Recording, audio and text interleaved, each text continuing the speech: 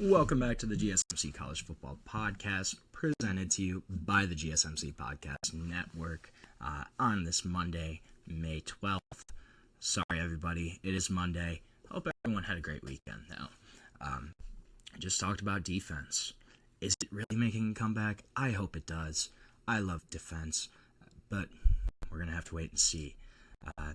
We're going to talk now a little bit about some transfers that I think could really impact college football playoff contenders. Some guys that I think could be names that we're going to be hearing in January this year. And one of those guys is Trebor Pena. So I kind of referenced him earlier when I was talking about Penn State, but this is a kid that is going to be a huge weapon for Penn State. Transferred in from Syracuse to Penn State this year in the spring, and he is going to be filling a huge hole. So Penn State last year, obviously, they relied heavily on Tyler Warren in the passing game. Really didn't get pretty much any offensive production from their wide receiver room. They're hoping that Trebor Pena can help change that. This is a guy that had 84 catches last year, 941 receiving yards at Syracuse, kind of was the go-to guy for Kyle McCord. I think he could move into that role for Penn State this year. They don't have Tyler Warren back. They pretty much completely revamped their offensive skill position groups, their wide receiver room. They also brought in Kyron Hudson from USC, brought in Devontae Ross from Troy. I think Trebor Pena, though, is going to be the clear-cut top receiving threat here. Guy that has the skill, has the mettle to really become a reliant target. I think this is going to be Aller's check down target on, third down conversions where it's a 3rd and 5. He goes out, runs an out, gets 6 yards. That's Trebor Pena, gets that first down. I think that's going to be his role at Penn State and something that he could really thrive on. He's versatile, he's reliable, he's slippery in tight quarters. Even if he doesn't match his catch pace from last year, Penn State, obviously, they don't pass as much as Syracuse did last year. You have those great running backs in that room. He's still going to replace some of that production, some of that versatility that, obviously, Tyler Warren left behind. That's a guy that's almost unreplaceable, but Trebor Pena, even though he's a wide receiver, he's still versatile. He can line up in a number of different positions. He can be that check down, that third down guy, that go-to guy that you throw the ball to when you need a first down, when you need a conversion. I think that's Trebor Pena. I'm excited to see what he can do with Drew Allen, the quarterback. He's going to be a reliable slot, obviously, but he can move around. A guy that dominates zone coverage just because he's so smart. He's such a savvy route runner that he's able to kind of sit down in those gaps in zone coverage. I'm really excited to kind of see him, what he can do this year for Penn State. Another guy I've talked about a couple times, but Jack Endries, man. This kid, I'm excited to see him at Texas. Transferred in from Cal. So, do not undervalue trusted pass catcher at the tight end position for a playoff contender with a new starting quarterback, right? You had Gunnar Helm last year. Dude that was incredibly productive. 60 catches, 780 yards, and 7 receiving touchdowns. A guy that had a huge year for Texas last season. Jack Endries is kind of cut from the same cloth, I think. Guy that's got soft hands, explosive potential after the catch, deceptively fast, pretty elusive. He's probably not quite as athletic as Gunnar Helm, but a dude that's agile. He's got really good body control, runs super efficient routes. I'm excited to see him. He's a dude that led Cal in both catches and yards last year as their tight end. And really didn't put up that much. He had about 56 catches, 623 yards. Kind of shows you the state of the Cal offense last year. But Jack Endries is going to be a big guy. I wouldn't be surprised if his production actually kind of drops a little bit at Texas just because of the weapons that are going to be surrounding him, especially in the wide receiver room. Ryan Wingo and Mosley the fifth coming in. That's going to be a much stronger wide receiver room than he had at Cal. So I wouldn't be surprised if his actual production kind of drops a little bit.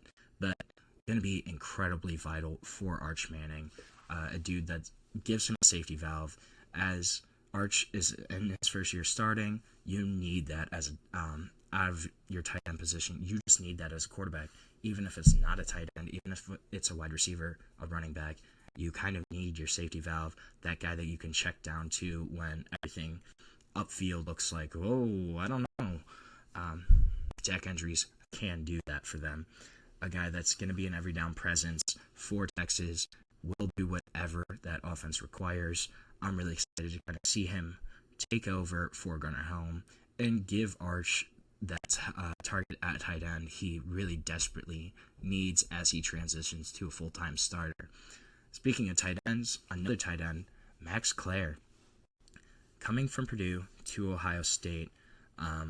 Again, kind of similar reasoning in that you have a first-year starting quarterback. Whether it's Julian Sayin, Lincoln Keenholz, I'm pretty sure it's going to be Julian Sayin. I'd be very surprised if it wasn't. But you give him an elite tight end to be that safety option, that third down option, super polished route runner as a tight end. And obviously, Purdue, their offense was anemic last year, just brutal. And he still had 51 catches, almost 700 receiving yards, playing on that Purdue offense. Incredibly impressive. Sorry, words are hard, but this is a guy that Purdue utilized in a bunch of different spots to kind of create matchups all around mismatches in the passing game. 6'4", but moves really well, able to adjust to the ball on the fly.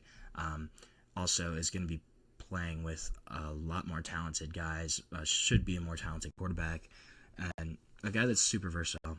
Should kind of I wouldn't be surprised if he doubles his touchdown number this year. Should definitely increase his yards after the catch. You think about Jeremiah Smith, Carnell Tate, Brandon Innes on the outside. You get Max Clare the ball across the middle of the field about 10 yards down. There's going to be nobody there. Just looking at defenses will focus so much on that wide receiver room. Max Clare is going to have easy pickings there as that tight end for Ohio State. And this is a position that Ohio State traditionally has kind of struggled at. They haven't had a ton of difference makers at tight end, but I wouldn't be surprised to see Ryan Day get super creative with Max Clare, move him around, create mismatches, get him on less athletic linebackers in single coverage, try to get him that advantage, and allow him to take over there in the middle of the field as that tight end option. Another guy that's, I think, Louisville's season will depend on is Miller Moss. So Jeff Brom trying to go 3 for 3 on the transfer quarterbacks. Had Jack Plummer in year 1, Tyler Shuff year 2, kind of unlocked both of those guys. Miller Moss, I think, is more talented than both of those dudes. It's actually funny, Miller Moss lit up Louisville in his first ever start, had a 372 yards, 6 touchdowns in that Holiday Bowl in 2023 when he started for Caleb Williams, who entered the draft, but wasn't super impressive last year. Was a steady quarterback for USC. Had about 2,500 yards, 18 touchdowns. Did have 9 interceptions, but he only played in 9 games, and so lost the job to Jaden Maeva. But this is a really favorable situation for Miller Moss. He gets to go work with Jeff Brom, who, former quarterback himself, a guy that's had a ton of success. I really respect him as a coach. Then Louisville has been kind of growing and progressing the past 2 years. They have a really strong offense. Colin Lacey at wide receiver, both their running backs, Isaac Brown, those two guys. This is a strong team and a good situation for Miller Moss to walk into. Jeff Brom's going to try to bring out the best in Miller Moss. This is a dude that was a former All-American, smart, battle-tested quarterback, and they're going to rely on him to make smart decisions. He's got to cut down on the turnovers. That's going to be a huge thing here. But I could see him making a big impact there. And if he plays really well, I would not be surprised to see Louisville be a college football playoff contender, be in contention for an ACC championship. That's very much in the realm of possibilities for Louisville. Millen Moss is just going to be the big key here. Can he kind of step up? Can he progress from what he was last season, take over that quarterback role, and be the guy that Louisville needs? That's going to be a big question mark, and we're just going to have to find out, is he that dude or not? So we're going to take our last break of the show right now. When we come back, we're going to talk a little bit about my Big Ten quarterbacks, continue that ranking. We're going to go quarterbacks 8 to 5 today, discuss why, and get into that. So it'll be fun. But stick with us. We'll be right back on the GSMC College Football Podcast.